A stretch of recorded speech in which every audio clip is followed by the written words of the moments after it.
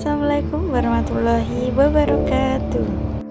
Perkenalkan, nama saya Asma Nadia Safna, NIM 1860304232093, mata kuliah Dasar Ilmu Komunikasi.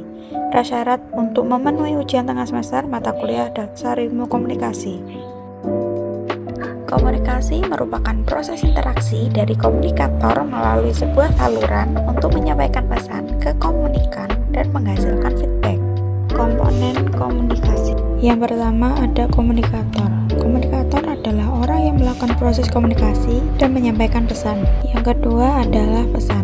Pesan adalah informasi yang ingin disampaikan oleh komunikator kepada komunikan, bisa berbentuk verbal ataupun non-verbal. Yang ketiga, saluran. Saluran merupakan media untuk mengirim pesan dari komunikator ke komunikan. Yang keempat, komunikan. Komunikan adalah orang yang menerima pesan dari komunikator. Yang kelima, umpan balik. Umpan balik merupakan respon atau tanggapan dari komunikan yang dikirim kembali ke komunikator. Yang keenam, konteks. Konteks merupakan latar belakang atau situasi di mana komunikasi tersebut terjadi. Proses komunikasi. Yang pertama, keinginan berkomunikasi. Komunikator mempunyai keinginan berbagi pesan dengan komunikan. Kedua, encoding oleh komunikator. Tindakan yang berisi pikiran ke dalam lambang, kata-kata, sehingga komunikator mudah menyusun pesan dan menyampaikannya. Ketiga, mengirim pesan. Pesan dikirim melalui saluran yang dipilih oleh komunikator. Keempat, penerima pesan. Pesan yang dikirim komunikator diterima oleh komunikan. Kelima, decoding oleh komunikan.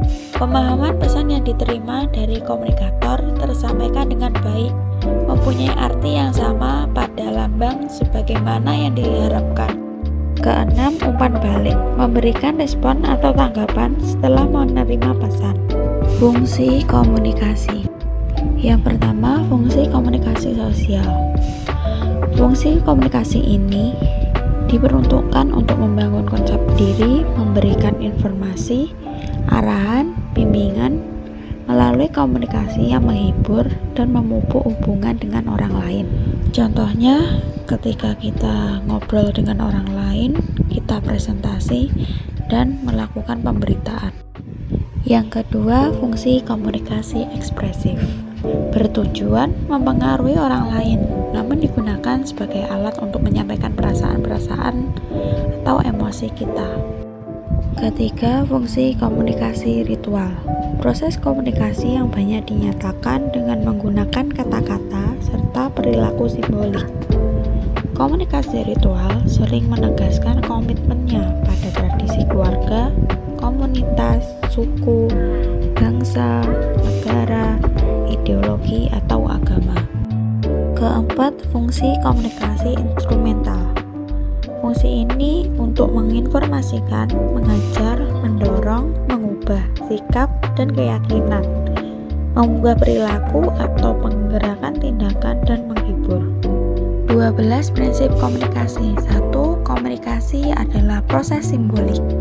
Proses penyampaian dan pertukaran simbol, lambang, tanda atau gambar dari komunikator kepada komunikan.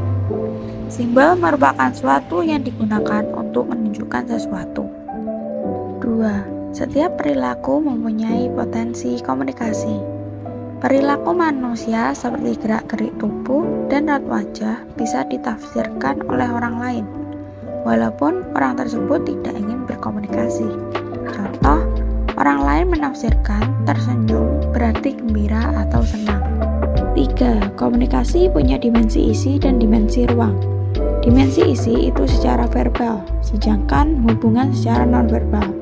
Dimensi isi menunjukkan muatan komunikasi, yaitu apa yang dikatakan. Sedangkan dimensi hubungan menunjukkan bagaimana cara mengatakan. 4. Komunikasi berlangsung dalam berbagai tingkat kesenjangan.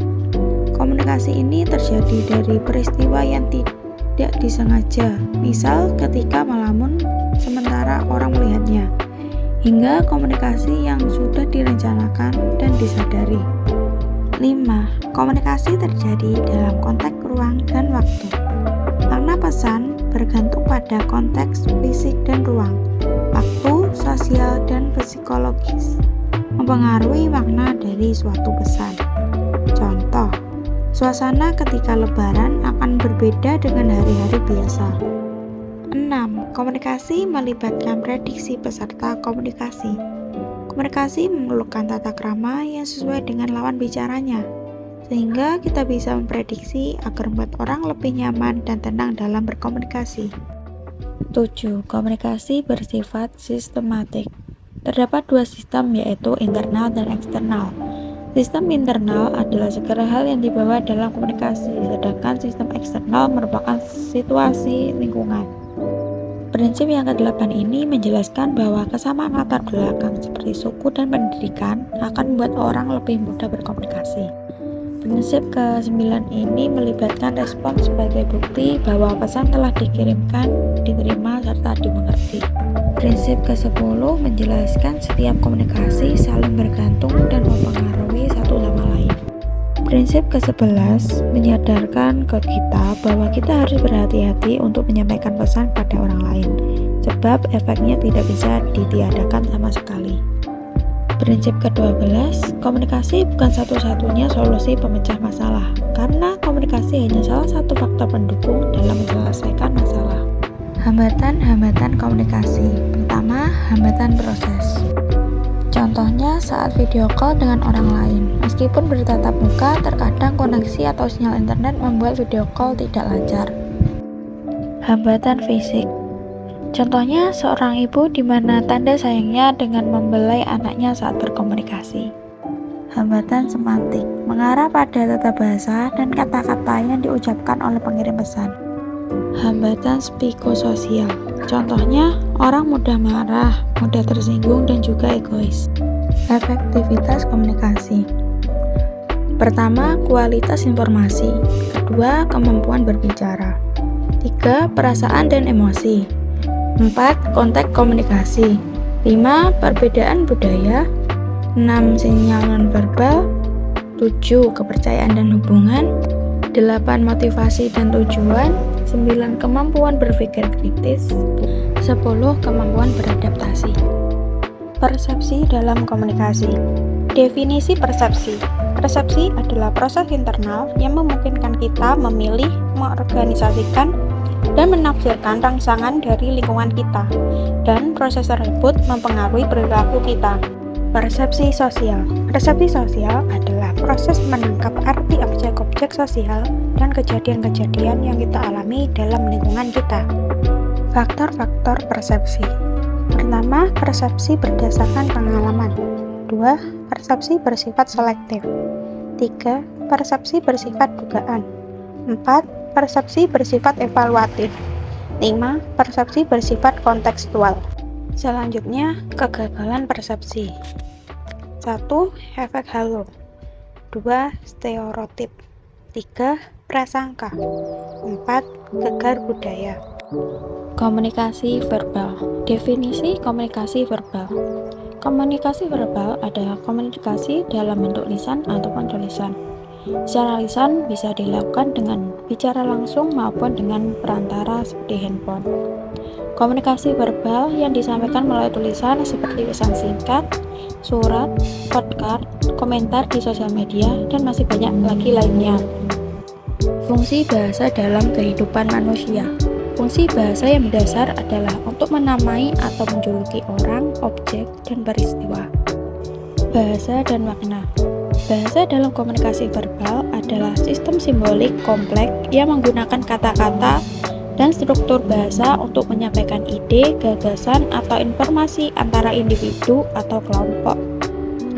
Sedangkan makna dalam komunikasi verbal mengacu pada interpretasi yang dimaknai dari kata-kata, frasa, atau kalimat yang diucapkan oleh pembicara dan dipahami oleh pendengar. Komunikasi high contact merupakan komunikasi yang menggunakan penyampaian makna secara tidak langsung seperti basa-basi atau gestur tubuh. Komunikasi low contact. Komunikasi yang bersifat langsung, apa adanya, lugas tanpa berbelit-belit atau bisa kita kenal dengan cara bicara blak-blakan. Komunikasi nonverbal. Konsep komunikasi nonverbal. Komunikasi nonverbal adalah bentuk komunikasi yang tidak melibatkan kata-kata atau bahasa lisan, meliputi ekspresi wajah, bahasa tubuh, kontak mata, gerakan tangan, nada suara, dan elemen-elemen lain yang dapat mengirimkan pesan atau informasi kepada orang lain tanpa menggunakan kata-kata. Fungsi komunikasi nonverbal: 1. Ekspresi emosi. 2. Memperkuat pesan verbal. 3. Menyampaikan ketidaksepakatan. 4. Pengaturan interaksi sosial. 5. Mengungkap status dan kepribadian. Bentuk-bentuk komunikasi nonverbal. 1. Gerak tubuh atau gestur. Gerak lengan, tangan, atau kepala yang digunakan untuk menyampaikan pesan. 2. Penampilan fisik seseorang seperti pakaian, gaya rambut, dan perhiasan dapat menyampaikan pesan tentang status sosial, pekerjaan, atau kepribadian. 3. Sentuhan fisik seperti jabatan tangan, pelukan, atau ciuman adalah bentuk komunikasi nonverbal. 4. Artefak objek fisik seperti poster, dekorasi ruangan, atau atribut tertentu yang dapat menyampaikan pesan tentang identitas. 5. Simbol lambang atau tanda yang digunakan untuk menyampaikan pesan khusus seperti lambang agama, bendera negara, atau logo perusahaan. 6. Warna dapat memiliki makna dan konotasi tertentu dalam komunikasi nonverbal. 7. Diam. Kadang-kadang ketiadaan ucapan atau tindakan bisa menjadi bentuk komunikasi nonverbal yang kuat. Oke, yang terakhir, perbedaan komunikasi verbal dan nonverbal. Komunikasi verbal adalah jenis komunikasi yang melibatkan penggunaan kata-kata lisan atau tertulis untuk menyampaikan pesan. Sementara komunikasi nonverbal adalah komunikasi yang melibatkan unsur-unsur selain kata-kata, meliputi bahasa tubuh, ekspresi wajah, gerakan tangan, intonasi suara, kontak mata, dan lainnya.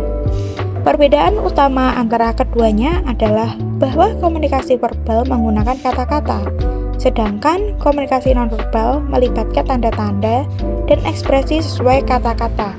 Keduanya sering bekerja secara bersamaan untuk membantu menyampaikan pesan secara efektif. Berikut ini daftar pustaka atau referensi yang saya gunakan. Sekian dari saya. Wassalamualaikum warahmatullahi wabarakatuh.